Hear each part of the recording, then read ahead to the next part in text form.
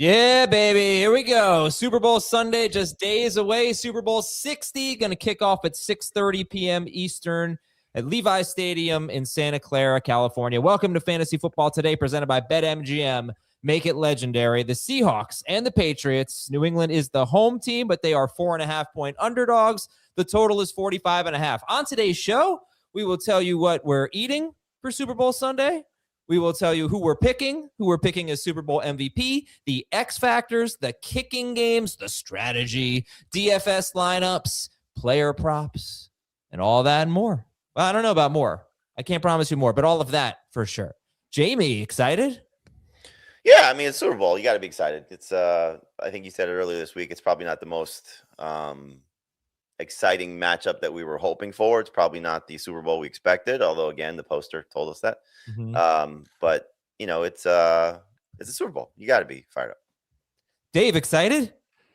Yeah, I obviously am. I'm a little sad that this crazy season is coming to an end. And every year I promise myself, well, I'll just watch the UFL and that'll get me through the offseason. And I watch like 1/4 of UFL football. I'm like, this sucks. And resort to basketball and baseball and other activities after that. My family's happy to have me back, so that's interesting. This was a playoff series or season. What a postseason is what I should have said. This is a postseason where no one could say for sure who was going to make it out of each conference. What were we saying 4 weeks ago? It's wide open. And so for these two teams to be the last two teams left standing, I don't think it's like a big shock. But it's fun, and it's going to be interesting to see how they go about battling each other. I think it'll be a close, low-scoring game. Heath, excited? Oh, I could not be more excited. You know what? I've gotten there. I am actually now pretty excited for the game. You're not? Oh, no, Chiefs aren't in it. It's going to be great. I think I've got I think the timing works out just right because, you know, we've got the all the ways to watch the old games in the condensed version. I think you can just watch all of the Patrick Mahomes Super Bowls and it'll be just about the same amount of time as the game. Even the Tampa one? Even last year's? Yeah. There's lots of good things that happen in those. No, I think it is exciting because it's the Super Bowl. It's exciting because you've got a couple of great defenses. Yeah, you do have a couple of great defenses. You have Seattle, number 1 in the NFL in defense. Patriots 4th. That's points per game allowed. Offensively, both teams are top 8. New England was 6th. This is just in the regular season. And Seattle is 8th. New England defensively playing so well. They've allowed the fewest points through 3 playoff games since the 2000 Ravens, 8.7 points per game. Yeah, look, we all know the circumstances, and now I think it's unbelievable that Nicky Manwari, very, very good safety, rookie for the Seahawks, hurt his ankle yesterday in practice. He walked off on his own power, but that's a huge storyline, and just seems like the Patriots are getting injury breaks for sure. But, you know, we have some news and notes to talk about, just a couple of offensive coordinator notes, including Frank Reich going to the Jets. We'll give you some injury updates, couple of big ones in this game. Imanwari and Robert Spillane will be keeping an eye on. But, you know, last year, I feel like, if I remember correctly, I felt like the Eagles, I didn't have the guts to just outright pick a blowout. I did pick the Eagles, but I felt like the Eagles were better than the Chiefs in every way. I felt even their kicker was better. Their special teams was better. No. I'm sorry. That was the one thing where I gave the Chiefs the edge. They had Butker and whatever. And so you thought Jalen Hurts was better than Patrick Mahomes? I thought the Eagles passing game was better than the Chiefs passing game. I thought the Eagles running. I'm a big Jalen Hurts defender. I'm good. I'm fine. Oh, I mean, look, I thought the reason why I thought, oh man, I don't know who's going to win is because I gave so much respect to Mahomes and Andy Reid. But the Eagles were so much better on paper. It was so clear. And unfortunately, that's kind of how I feel there. I don't even know where the Patriots have an edge. And then it's even more amazing. Do you know which quarterback? Like we always talk about Drake May, deep balls. Which quarterback led the NFL in yards per attempt on deep balls, which I think a lot of people define as 20 or more air yards? It was Sam Darnold. Sam Darnold was incredible in deep balls. So we'll talk more about that. Explosive plays are always a big part of every game. But I don't know. That's just kind of how I'm feeling right now as I look at this matchup on paper, and I don't really see an edge that the Patriots have. Jamie, am I missing something? I mean, I think the only edge you would probably give would be to Drake May over Sam Darnold because of what Sam Darnold's reputation is. But, he certainly has sort of dispelled that the last few weeks, or last few games, excuse me, with the way that he's performed. The end of the second Rams game in the regular season, the 2 playoff games, didn't have to do very much, obviously, against the 49ers, but still didn't make any mistakes. And so, I know, like, for example, Heath joked in our text chat, Sam Darnold screwing things up could be the way that the Patriots win this game. And I think that's still what people are expecting, and it could easily happen. But I think just, looking at it from almost all perspectives, Drake May's an MVP candidate. Sam Darnold is, they got here in spite of him. I think that's just the perception of both of those guys. What do you guys think? Is there an edge that New England has on paper? What they are very good at is touchbacks, which is a big deal. When you're talking, I'm not joking here. A big deal. You want to keep the ball away from Rashid Shaheed. Better at that than Seattle. But honestly, everything else. Fewest field goal attempts. I think I heard that this week too. What's that? They allow the fewest field goal attempts for the season. And they have a good kicker in Borregales, but Myers is better. So they're probably better at stopping the run, I would say, with Milton Williams on the field. Yeah. They need Spillane too, but it's relatively close between them both. I do have that, Dave, 2 games where Spillane played. The Patriots basically sum up their run defense like this. It's been amazing all year, except for a stretch from about weeks 12 through 16, something like that, where Milton Williams was out and Robert Spillane missed a lot of that time as well. And Spillane is on the injury report. He did not practice yesterday. He thinks he's going to play. There have been 2 games where Milton Williams did not play or barely played, and Spillane did play. And they were sorry. Nope, I was wrong. 1 game with Williams and no Spillane. That's it. 1 game with Williams and no Spillane.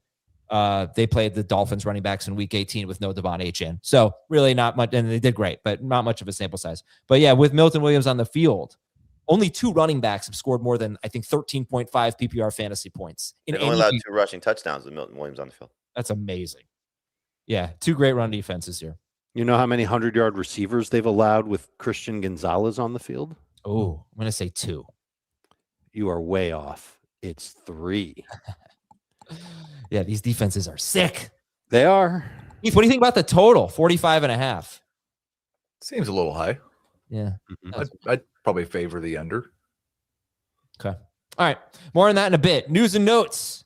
So Seattle safety Nicky Minori hurt his ankle in practice. We'll see what happens there. Drake May practiced in full, but Robert Spillane missed practice. The Patriots have allowed 4.5 yards per carry to running backs with Spillane off the field, and not even close to that with him on the field. But most of that is also a Milton Williams stat. This was a funny quote. Travion Henderson said that during the draft process, people told him that New England was the last team that he wanted to get drafted by. So he said his heart sank when they drafted him, and he wanted to go to the Bears. But I guess he's happy now being in the Super Bowl. Sam Darnold's oblique is apparently feeling good. And then, Jamie, the Jets hired Frank Reich as their offensive coordinator. How do you feel about that? I mean, it's obviously very similar to the Giants situation. It feels uninspired, but, let's see what happens. And obviously we have to see who the quarterback is for the Jets, because again, you can have a crappy offense coordinator and the quarterback still makes him look good and vice versa. But to me, it's still incomplete. So I want to see what the Jets do. I don't think this changes how you should feel about Garrett Wilson or Breece Hall if the quarterback is right and they continue to add to the offensive line. Look, Frank Reich's had some good moments as a coordinator. He's had some good moments as a head coach, so I don't think this is one that you run away from just because of not the guy you wanted or expected to see there. Anyone else want to weigh in? Which New York team's offensive coordinator hire is worse? I think they're equal. It's a push. Yeah. I think uninspired is the perfect word. Yeah. And then there's another offensive coordinator hire, Arizona, hiring Nathaniel Hackett to be their offensive coordinator. Now we know where Aaron Rodgers is going. he won't be calling plays. Mike LaFleur is going to call plays, and Hackett has worked under Matt LaFleur. And when Hackett was an offensive coordinator who was not calling plays in Green Bay, the Packers were 10th, 1st, and 9th in scoring. And Aaron Rodgers won 2 MVPs. Yeah. So clearly it's all Hackett.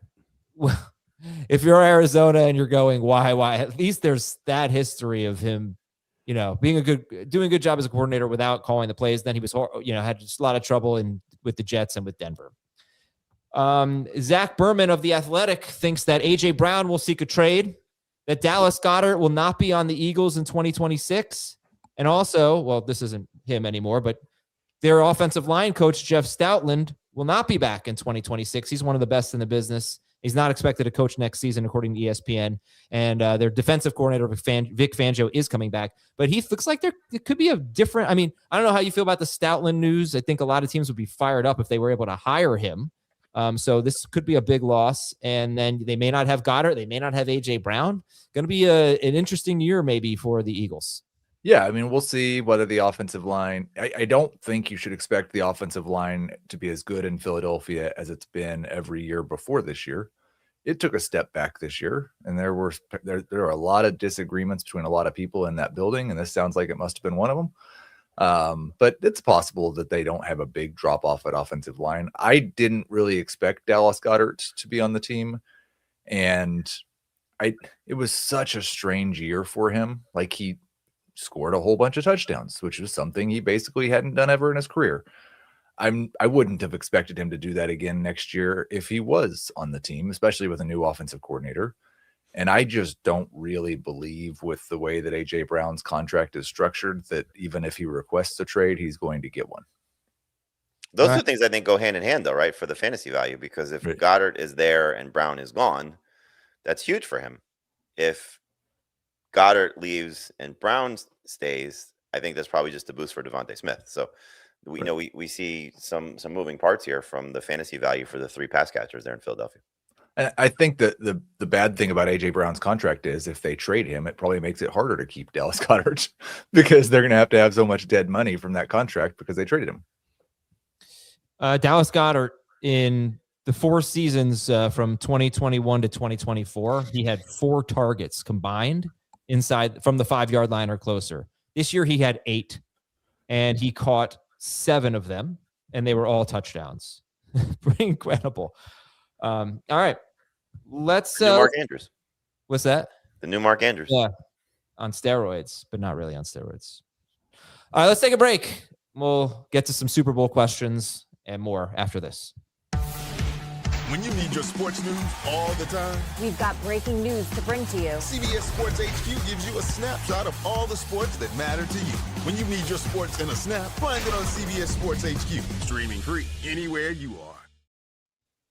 Okay, I'm going to give all of you these in order of age, which I think is Dave Jamie Heath. Sounds accurate. Oldest to youngest? Okay. Seattle will win the Super Bowl if blank. Seattle will win the Super Bowl if their pass rush affects Drake May and Kenneth Walker gets 20 carries. Second oldest? Oh, I'm sorry. Seattle will win the Super Bowl if Drake May gets turnover prone and the Patriots cannot run the ball. Just trying to be different than Dave. Youngest? Young man? Yes, young man. I mean, I wasn't really joking earlier. I think Seattle wins the Super Bowl if Sam Darnold holds it together. Okay, New England will win the Super Bowl if, old man?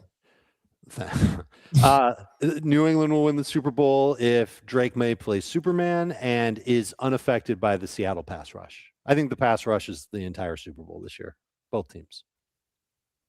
New England won the Super Bowl if they can convert some turnovers into points quickly, like they did against Houston, or they make this a field goal game and Borregales ends up winning it late. If New England win the Super Bowl, if Sam Darnold sees ghosts. Yeah, so obviously Sam Darnold and the turnovers are such a big deal. I'm not downplaying it, but Seattle is 16-3 this year, including the playoffs. And in their 3 losses, He has 5 interceptions and 1 fumble lost, but 4 of those interceptions came in one game. In their 16 wins, he has 15 turnovers, 10 picks, and 5 lost fumbles. Yeah, So, I think if he has 1 turnover or fewer, Seattle wins. yeah. 15 and 16 games, it's like, yeah, one a game's fine. They can overcome it, I guess, they've shown that. It's tough to beat Seattle, no question. All right. I'm going to ask you guys where these two teams have an edge. I think we kind of touched on that. X factors, picks, food. But before we do that, it's still time for football at BetMGM. You can still register with BetMGM. And when you do that, you'll get instant access to a variety of parlay selection features, live betting options, boost tokens, and the best daily promotions in the business. And when you huddle up with BetMGM at your fingertips, every pass, every catch, and every game matter more than ever. So football is still here. Don't miss out on any of the hard-hitting action. Place your money line, prop, and parlay bets with BetMGM today. How about I say, instead of where does Seattle have an edge, where's Seattle's biggest edge, Dave? Seattle's biggest edge is going to be in how aggressive they are with no, I was going to say how aggressive they are with their pass rush, but I think that's more New England than Seattle. Seattle's biggest edge, I'm going to say, is going to be with their offensive line. I'll go that way. I think they've got the better offensive line in this game, and the Patriots are going to have to blitz it up in order to get some pressure on Sam Darnold. Jamie, Seattle's Oh, it's their receiving core. I mean, you look at this group of pass catchers versus New England's, and they have, maybe the offensive player of the year in JSN, and just what he's able to accomplish. I know Christian Gonzalez was great, but this is almost a different animal. Certainly, what he's facing in the playoffs. Got a chance to play Houston without Nico Collins. Obviously, the Chargers don't really have a legit number one type of guy like that. And Cortland Sutton, while he scored a touchdown, obviously did not do very much. So I think JSN is going to create a lot of problems for them. And then you look at the secondary receivers. Obviously Cooper Kupp is not the same type of guy, but he's had a good 2 playoff games. And he's a former Super Bowl MVP, so he's been in this moment before and obviously excelled. And then Rashid Shaheed, to me, is such you want to talk X factor, not just from what he does from special teams. He has the 51-yard reception in the NFC Championship game. Like, he can turn field position in a second. So I think just those 3 guys alone. Jake Bobo is what he is, but those 3 guys alone. You look at the top 3 pass catchers for New England; they don't compare. So they've had a good season, but JSN just puts that group so much far ahead of what New England has. Young man? Yeah, that was JSN. Okay. How about New England's biggest edge? And I'm going to flip it and reverse it. Youngest to oldest here. Heath, what's New England's biggest edge? Super Bowl experience in the coaching staff. Ooh, I like that. That's a good one. Jamie? I mean, I'm going to say Drake May. What he can do with his legs, I think will matter. 2 games in the playoffs with 65 plus yards rushing, 65 and 66, but 2 games in the playoffs with his legs that matter. That's the easiest way to offset a pass rush if he can make plays, running the ball and not turn the ball over. But I think if you look at the 2 quarterbacks, if they both play their best games, I'm going to take the MVP candidate over Sam Darnold as well as Darnold's played. So to me, if May, I think I forget to say it, Dave or Heath, but May plays Superman, he can win this game for New England by himself. I think May is the big X factor for the Patriots. I also, this is what I was going to initially say. Their aggressiveness on defense, their willingness to blitz a lot and to try and get home with more than 4 pass rushers. I think that's something that the Seahawks really don't do a lot of, and they're going to have to try a lot to have that pass rush be effective. And that's the way to do it, is to send more than 4, get exotic with it, really come up with stuff that they haven't done before. Zach Kerr's been their interim play caller this year on defense. He's done a great job. He's got to pull the rabbit out of his hat to have Sam Darnold either see ghosts or feel Milton Williams and Ellis and whoever else they send at them as far as pass rush goes. Harold Landry, who had 9 sacks this year, looks like he's on track to play. Yeah, that's going to be an X factor for New England for sure. Yeah, you keep talking about blitzing, and Seattle was a very low blitz rate team. Yes. New England wasn't exactly high in the regular season, but they weren't low. Let's call them fairly average. But in the postseason so far, in 3 games, the Patriots have blitzed on 41% of dropbacks, which is the most of any playoff team, whereas Seattle, so 41% blitz rate in 3 playoff games for New England. Seattle in 2 playoff games, 15% blitz rate. And just a quick stat here, actually in terms of yards per attempt, the 2 best quarterbacks in the NFL during the regular season against the blitz were Drake May and Sam Darnold. However, Sam Darnold did throw 7 interceptions against the blitz. He had a 4.2% interception rate. And let's see if that was the worst in the NFL. It wasn't. It was 5th worst. Worse than him was Spencer Rattler, Flacco, Brock Purdy, and J.J. McCarthy.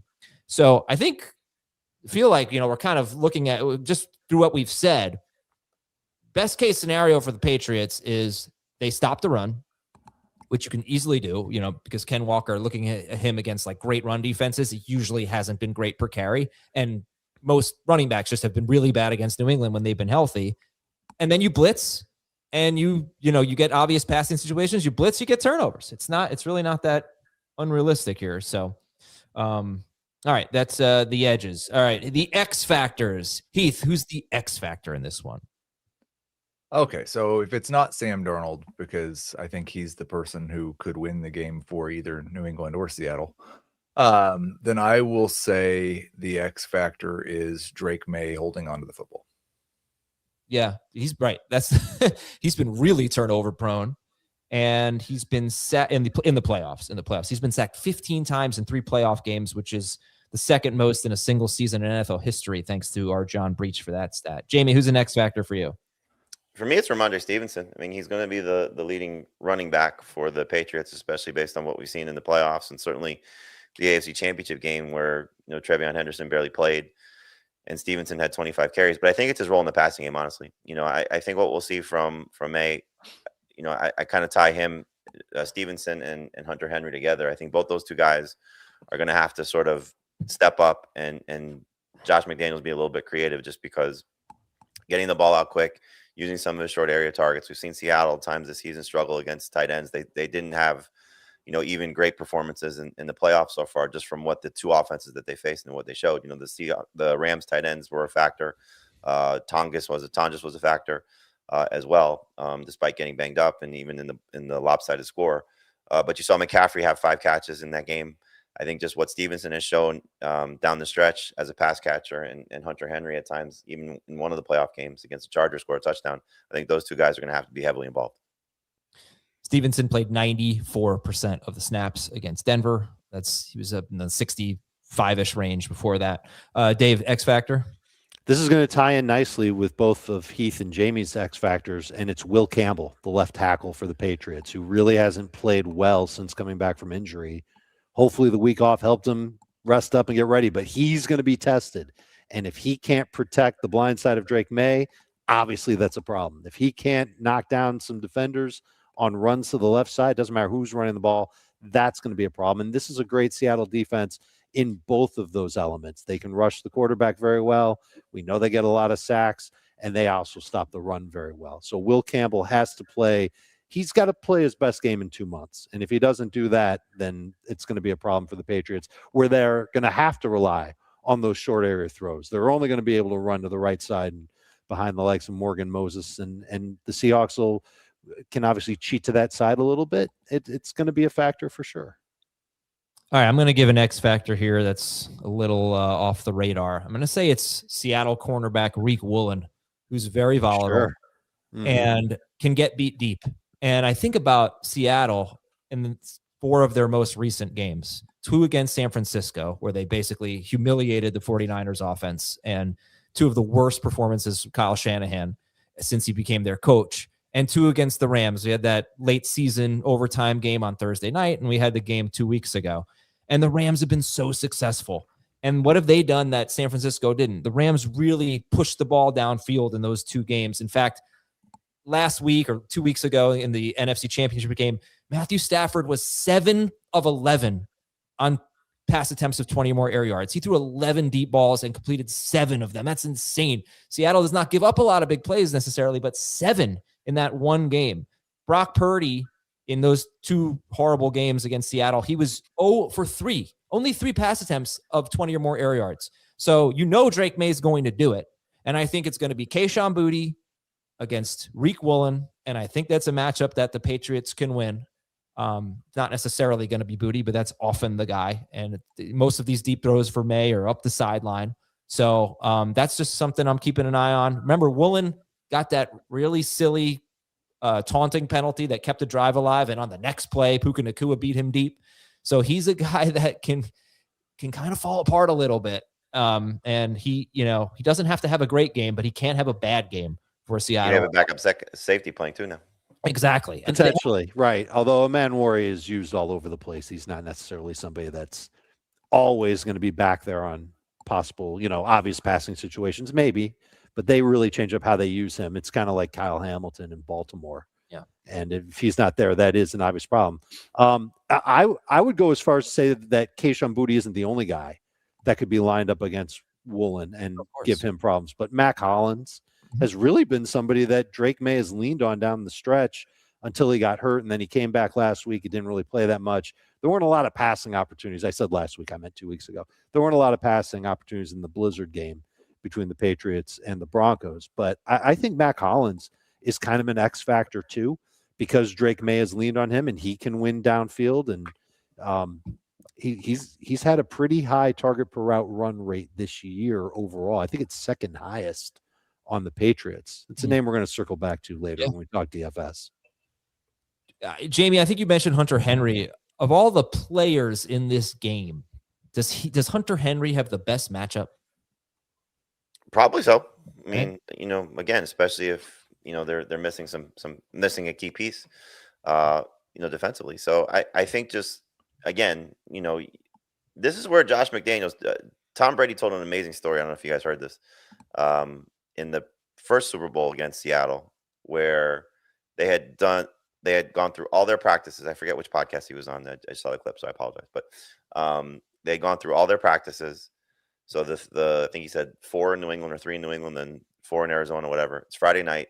They're done. He went to dinner with his family, came back. He's like, he didn't feel good about what they did, their red zone work. So he said he spent about 3 hours with Josh McDaniels, and they installed 3 new plays or 4 new plays, and either 3 of them or 2 of them led to touchdowns in the Super Bowl. Like that's just, he was crediting Josh McDaniels for a lot of it, obviously, just what they were able to do together. So I think this is where, Heath talked about this, coaching edge in this situation.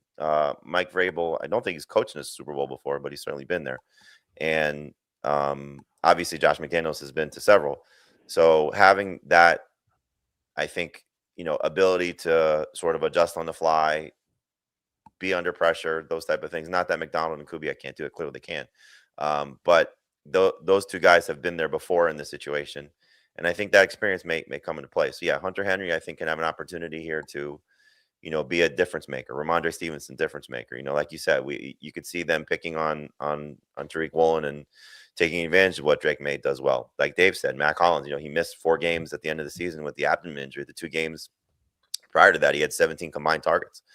So he was definitely a guy that Drake May has leaned on, and 2 for 51 at less than 100% in that bad weather against the Broncos. That's something I think that kind of stands out. So there's going to be a lot of different guys that come into play here, and I think that's part of the pro and con of the Super Bowl. Is like you have all these guys like we've been talking about obviously for a long time because we study it and we live it. The casual fan's going to be like, who the hell is Kayshon Boutte? And then you're going to have a lot of kids laughing at the name, that are watching the Patriots for the first time.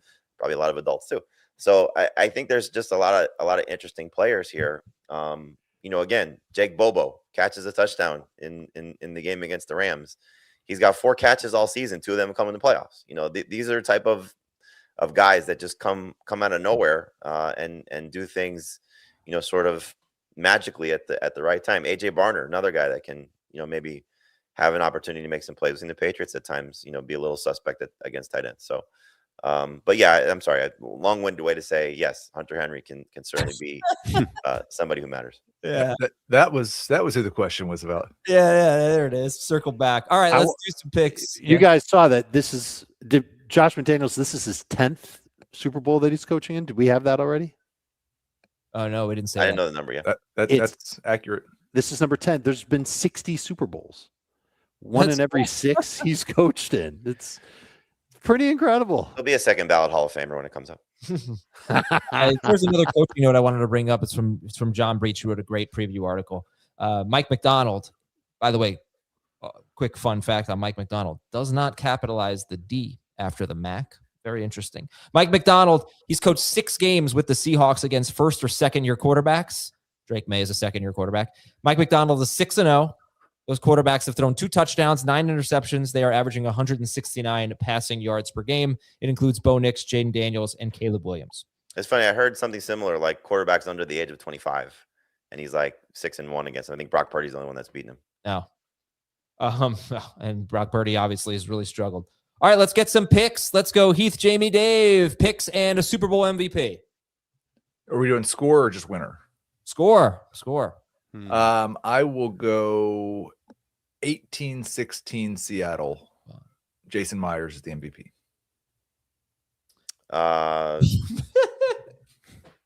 23-17 Seattle, JSN MVP.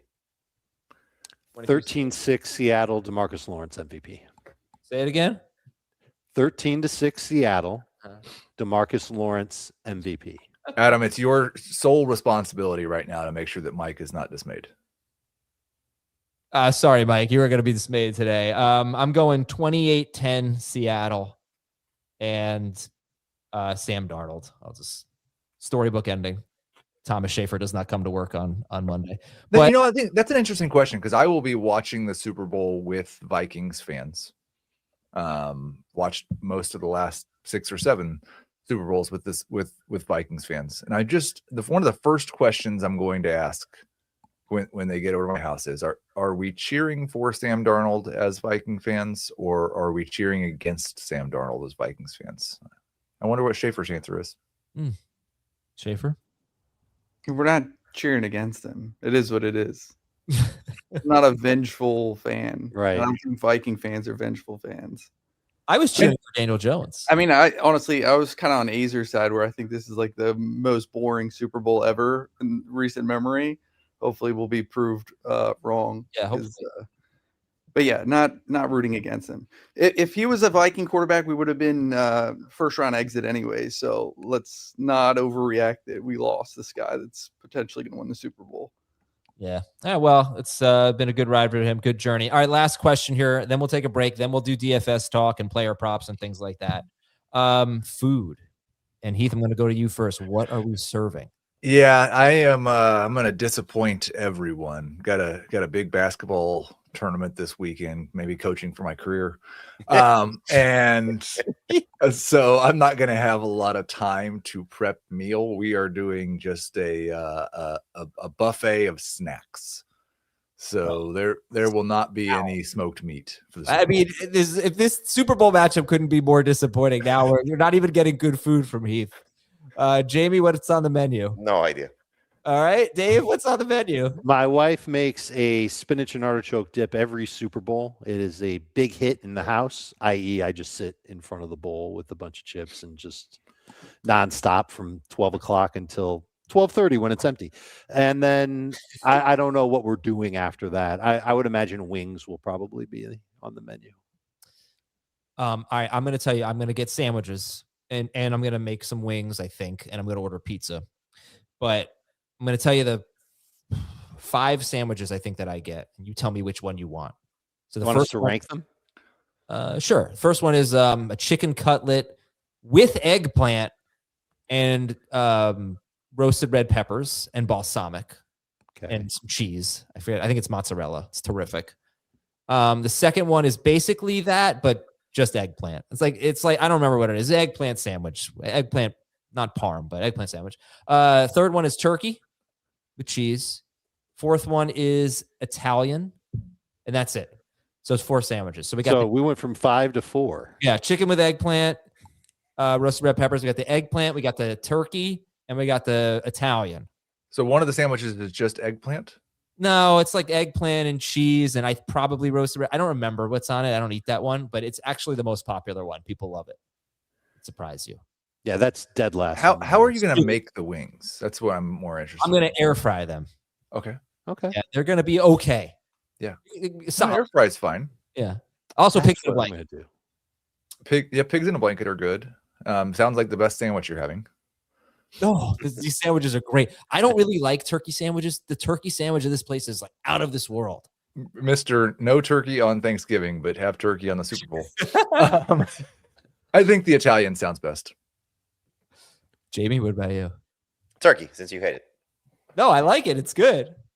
All right, but I'm telling you, the eggplant, man, it goes fast. It goes fast. What type of season? How are you going to season the wings? So I'm going to do one batch with just buffalo sauce, medium. And I don't know. I think what did I used to do? I think I did a teriyaki. There's something I bought at Whole Foods. I can't remember. It's just I'm just going to. You might consider a buffalo rub as opposed to the buffalo sauce. It sounds too hard. You just sprinkle it on. It's actually easier. Oh, buffalo rub. All right. You can get that at Whole Foods? Yeah, for sure. Okay. All right. I like that. Listen, we're going to have I don't know who's going to be on. So it's usually just me and Jamie, I feel, but we're going to have a Sunday night post-game podcast. Jamie, you good with that? Of course. Super Bowl Sunday night. We'll react to it and we'll talk fantasy. So we'll see you then. We'll be right back with DFS when we come back. Can I get a spot real quick? Yeah, sure, man.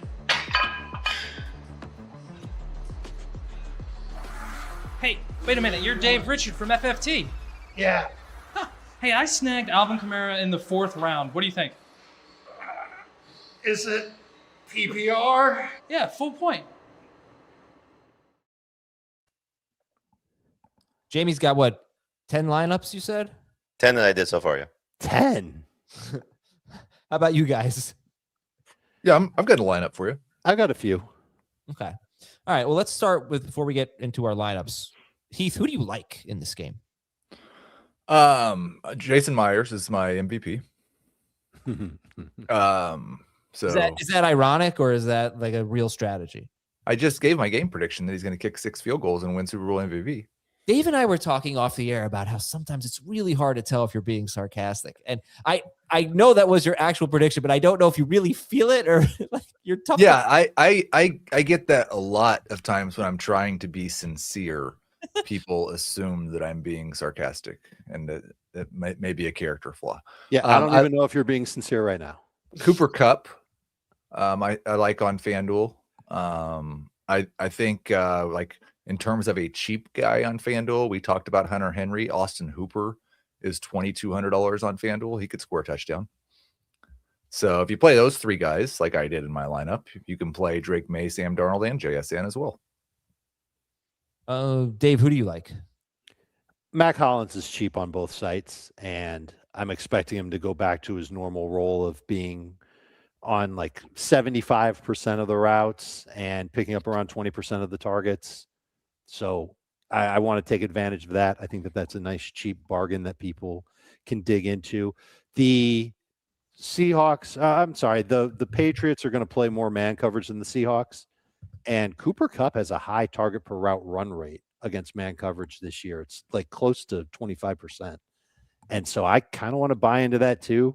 I also like the fact Jamie brought it up earlier that Kupp has experience in these big games. And, you know, if the Patriots are really going to try and do everything they can to take away JSN, that seems to be the most sensible pivot for the Seahawks is just to throw it a little short to Cooper Kupp and let him try and make some plays after the catch.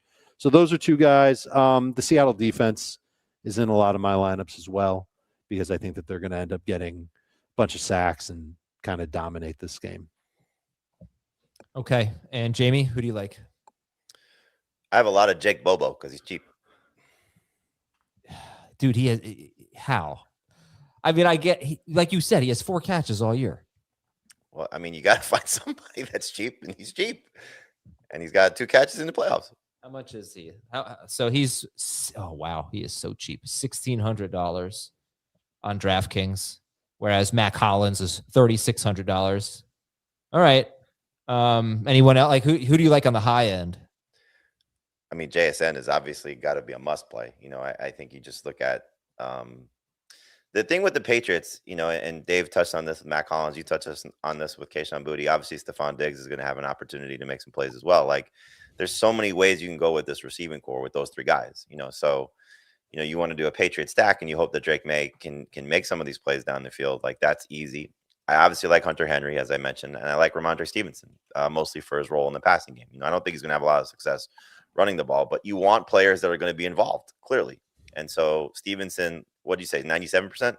94%. 94% in the AFC Championship game. Like, they've just completely phased out Travion Henderson. Now, that may be the X factor. That may be the difference maker this week, is that they unleash him and hope for some big plays and really utilize his speed and take advantage of that. But, just the logic would say that Stevenson's going to be their guy. So I think between him and Ken Walker, these two backfields are sort of, one due to injury, one due to, I don't know, performance or trust.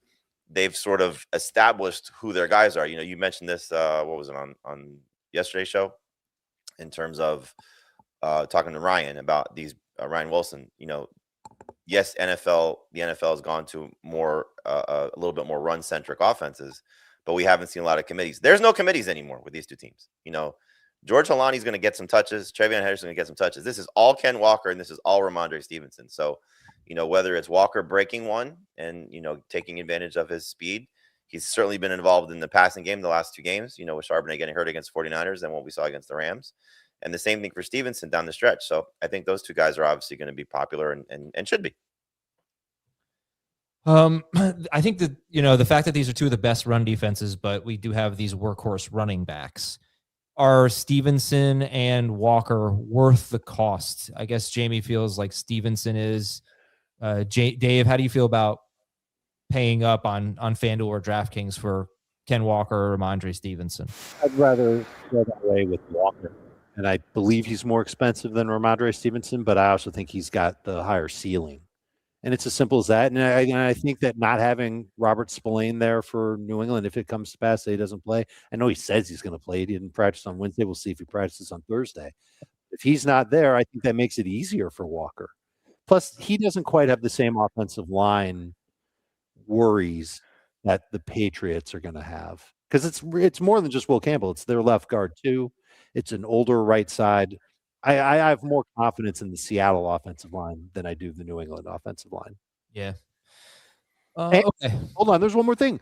Walker is also one of those guys that sees a higher target per route rate against man-to-man coverage. And so everything that he does as a receiver is a huge benefit. And it's not to say that Ramondre doesn't catch the ball either, because he can and he could break a big play. But I kind of like what we've seen from Walker in that regard. And the fact that there is no Charbonnet siphoning passing down reps away from Walker, that makes him all the more alluring. To me, it's easy to go with Walker over Ramondre. All right, let's just get to lineups then here, and then I want to talk player props because I'm having trouble with player props. I don't really know, where I want to go there.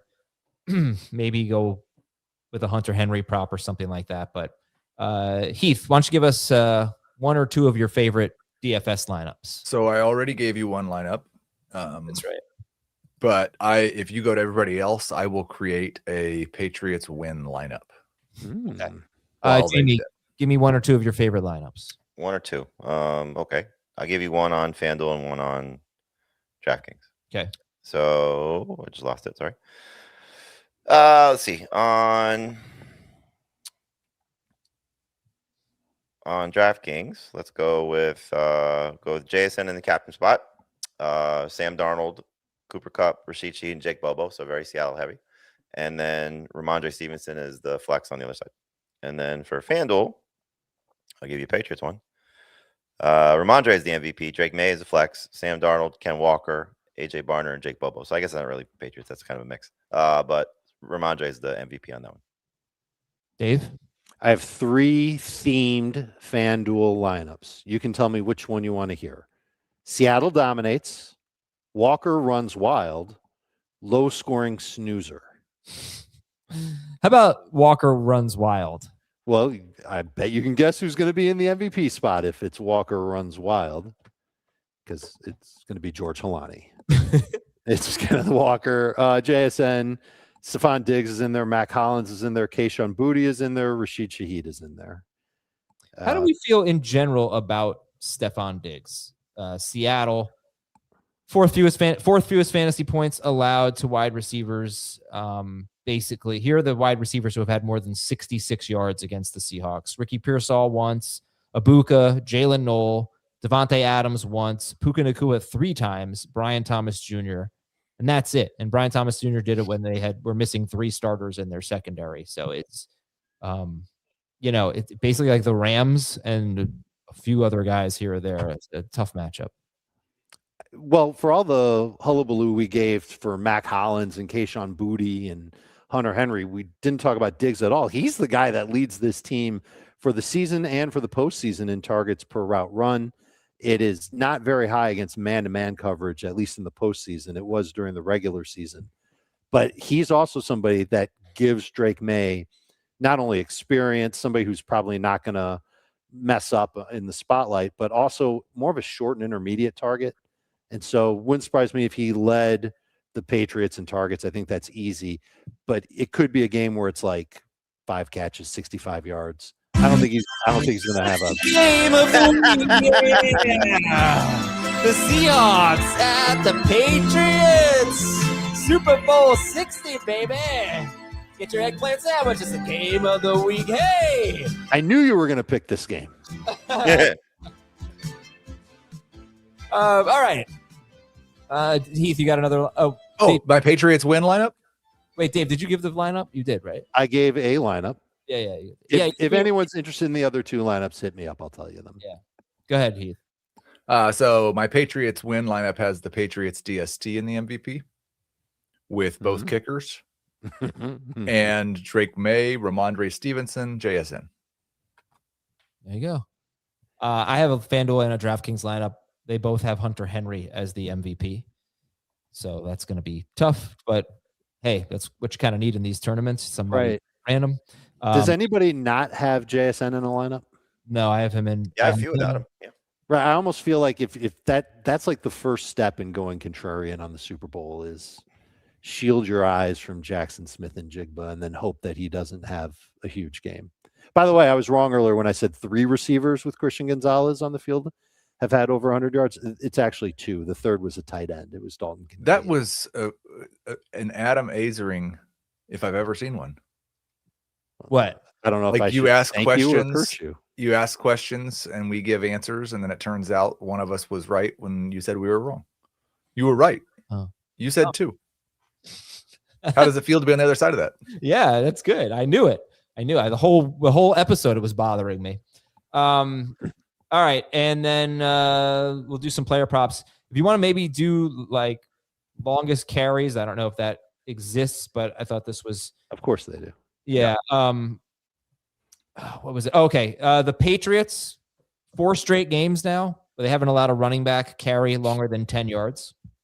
And the Seahawks have allowed 4 carries all year to running backs specifically, of more than 13 yards. 4 carries all season. Ramondre Stevenson has been breaking off some long runs lately. He's been really good against some tough defenses, but this one is just brutal. Okay, I think I might go over 3.5 catches with Hunter Henry. I have that one. Yeah, I already played that. Okay, that's about that's all I really feel super comfortable with. Jamie, what else you like? I like Ramondre over, I think it's 3.5 catches too, if I'm not mistaken. Yes, it is. Of course, everything disappears when I have it already. I have Leonard Williams over half sack. They've mentioned DeMarcus Lawrence. I think the defensive line for Seattle is going to really be involved here, and so any of these half sacks for some of these guys I think are going to come into play. So I have Leonard Williams taking over half. You're getting that plus money. And then I did both overs on the rush attempts for the quarterbacks. Drake May's at 7.5 where I played it. It's a little high, but I think he's going to be heavily involved on the ground. And then Sam Darnold's at 2.5. That's with the expectation, maybe some kneel downs there for him. So easy options on both sides if either quarterback is winning. But I think May from a rushing standpoint, is going to be another X factor. And then one other one I did Ken Walker anytime touchdown. That's just what he's in the 3 games that he's played where Charbonnet left in the 49ers game or week 3 and the NFC Championship game. He has 6 total touchdowns or 6 rushing touchdowns. He just gets in the end zone all the time without Charbonnet on the field. So what's his prop for 2 touchdowns? because that'll have like insanely high odds. Yeah, I'm not sure. The two reception. I just did a three team parlay or three game parlay with Henry receptions, Stevenson receptions, and Walker with an anytime touchdown. I'll look it up. I'll see what it is. Yeah, that's interesting. Real quick on one more prop. George Halani, so his receptions 1.5. It's a good one. Unfortunately, I mean, it's minus 140 to go over.